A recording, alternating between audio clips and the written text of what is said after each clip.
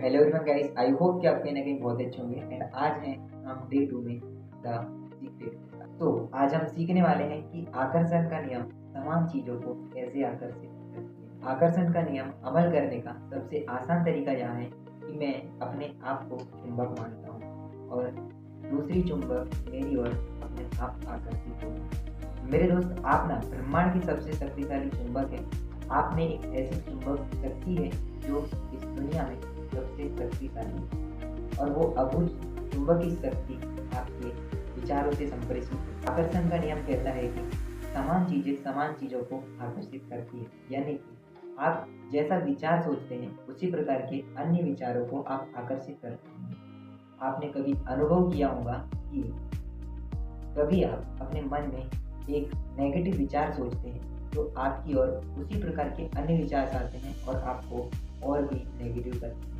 कभी आपने अच्छा महसूस किया होगा तो अच्छा महसूस करते करते आपकी और भी अच्छे विचार आते हैं जो उसे आप अनुभव कर सकते हैं और अपनी आकर्षण चुंबक की शक्ति का पता लगा सकते हैं। इंसान के रूप में हमारा काम हमारे यहाँ है कि हमारे दिमाग में ऐसे विचारों को रखना है जिन्हें हम चाहते हैं। हमें बिल्कुल स्पष्ट होनी चाहिए कि हमें क्या चाहिए। आकर्षण का नियम यह है कि आप जिस बारे में सबसे ज़्यादा सोचते हैं वही बन जाते हैं। आप जिस वस्तु या किसी व्यक्ति के बारे में सोचते हैं तो उसे आप अपनी ओर आकर्षित करें। आप अपने दिमाग में कोई चीज़ देख सकें वह आपके हाथ में आ जाए। अगर आप अपने दिमाग में सोच लें कि आप क्या चाहते हैं और अपना एक प्रबल विचार बना लें तो वह आपके जीवन में प्रकट हो जाएगी। जिस प्रकार से एक रेडियो की फ्रीक्वेंसी आप जिस चैनल पर सेट करेंगे वही चैनल आपको सुनाई देगा। उसी प्रकार से आप अपने जीवन में जैसे विचार आएंगे वही आपका फ्रीक्वेंसी ब्रह्मांड से कनेक्टेड है। बिकॉज आप जिस प्रकार से अपने विचारों को सोचेंगे और जिस प्रकार से आप अपने विचार ब्रह्मांड को देंगे उसी प्रकार से ब्रह्मांड आपके जीवन में आकर्षित होगा और उसी प्रकार के जीवन आपको देगा। मेरे दोस्त, जब नियम इतना सरल है तो ज़्यादातर लोग इसे क्यों यूज नहीं कर पा रहे। समस्या यहाँ है कि ज़्यादातर लोग वो सोच रहे हैं जो उन्हें नहीं चाहिए। वो ये नहीं सोच रहे कि उन्हें क्या चाहिए। बिकॉज उदाहरण के लिए अगर किसी इंसान के ऊपर लोन होता है तो वो ये सोचता है कि भगवान मेरा लोन कम कर दो, लेकिन भगवान ये नहीं समझता।